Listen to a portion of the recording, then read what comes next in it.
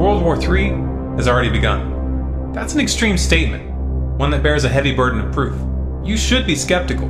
However, it's important to note that real skepticism is not blind disbelief, but rather the suspension of belief until sufficient evidence is provided. In this video, we're going to provide you with that evidence. Everything we talk about here will be documented in links in the description. I strongly encourage you to do your own research and to verify what we're talking about. Let's start with the definition of a world war. World War I and World War II weren't named as such because they involved every single country on the planet, but rather because these conflicts drew in the most powerful nations and were spread out over a large geographical area. Now, though the reductionist history we're taught in school marks the beginnings of the first two world wars at specific physical flashpoints such as Hitler's invasion of Poland for Europe or the attack on Pearl Harbor for the United States, the early stages of these conflicts had actually begun to develop many years prior. For example, Japan's attack on Pearl Harbor was a culmination of many months of intentional provocation by the US. This was revealed in the 8 Points Bulletin, which was declassified years later, but it's still never mentioned in textbooks. Likewise, the mutual defense treaties which were immediately activated by this attack were already in place, and the secondary results could have easily been predicted by anyone who had been paying attention. Unfortunately, at that time, the internet wasn't available. The public was caught completely off guard. World War I planted the seeds for World War II, which transitioned directly into the Cold War.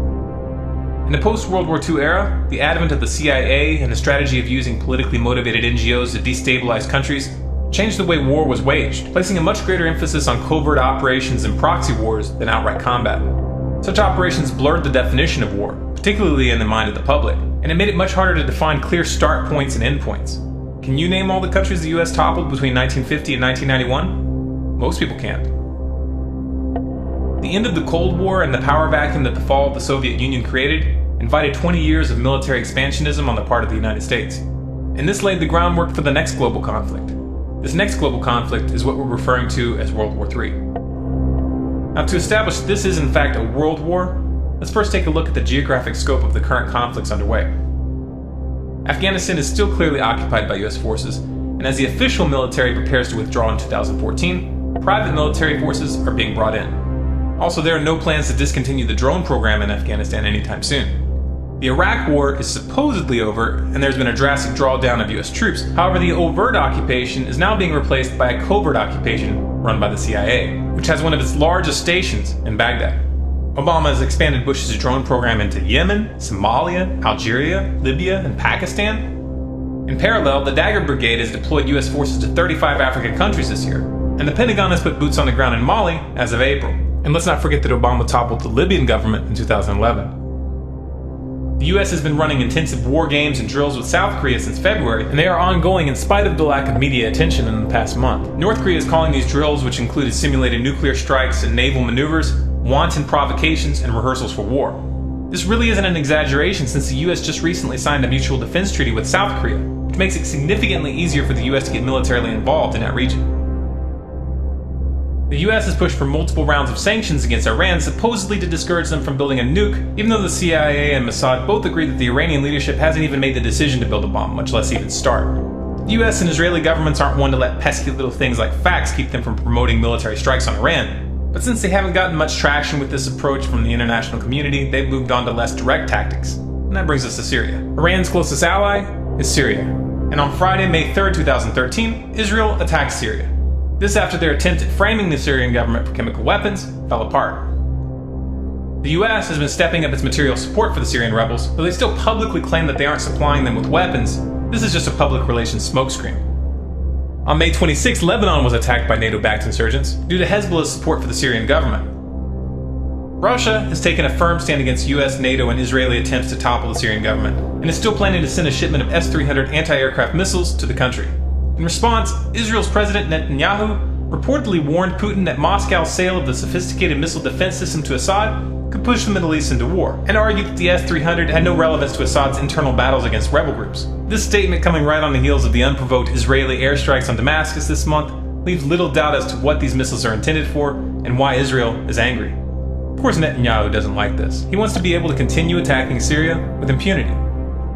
Now, this past week, Russia moved a group of warships from their Pacific Fleet into the Eastern Mediterranean for the first time in decades to, quote, protect Russia's interest in the region. This move counters the US naval presence, which has built up in the area over the past several years.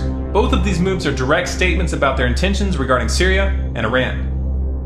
This is only a rough summary of the early stages of this conflict. Much is being left out here. But this should be enough to establish this is indeed a world war. Now as for the players, how are they divided? Who's allied with who? On one side we have China, Russia, Iran, North Korea, Syria, and a handful of nations in South America. The role of the South American nations in this conflict has been strictly economic, but as we'll discuss later, economics is central in this crisis. On the other side we have the United States, Israel, and NATO, which includes most of Western Europe, Saudi Arabia, Qatar, and a handful of others. So clearly the most powerful nations in the world are involved. If tomorrow a direct war between the United States and Russia were to break out, this would mark the official beginning of World War III. But obviously this wouldn't really be accurate. A proxy war between the US and Russia is already underway in Syria and in Iran, and a currency war is already underway between the United States and China. The question here is really only one of scale. How far will this go? Will the US and its allies back down before this escalates into an open war involving the big players? Obviously it's impossible to answer that question with 100% certainty. These are human decisions, and even madmen sometimes have moments of lucidity. However, when you understand why these wars are happening, it becomes clear that it is highly unlikely that the US and its allies will back down. So why is this happening? What is the motive for this aggressive posture by the United States and its allies? We've talked about this in detail in a number of videos, including The Road to World War III, which explains the history of the petrodollar and how it pertains to this current conflict. So we won't rehash all those details here.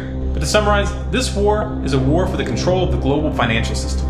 The dollar is nearing the end of its days, and the powers that be know this.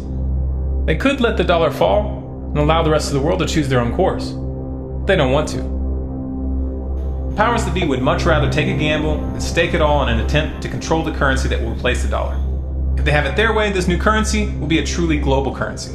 I think we've all got to move towards that opportunity, and I think the challenge also is whether we should move towards an international currency, because the speculation and the complexity of currency has caused some of the irritation, not only among the trading nations, but among individuals.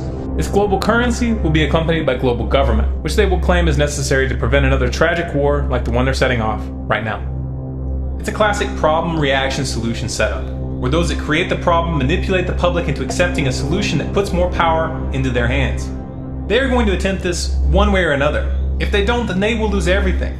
The question is, how will we respond? Will you fall for this? Will you send your sons and daughters to fight in these corrupt wars with your eyes closed and your hand on your heart? Or will you at least speak out? This is the real variable. This is what will determine the final outcome. If you appreciate this message and if you want others to hear it, you can help by liking this video, adding it to your favorites, and sharing it to Facebook, Twitter, your blog, and by sending it to your friends via email. If you'd like more videos like this, subscribe to Storm Clouds Gathering on YouTube. For updates and bonus content, be sure to follow us on Facebook at facebook.com/stormcloudsgathering, on Twitter at Collapse Updates, and our website is stormcloudsgathering.com.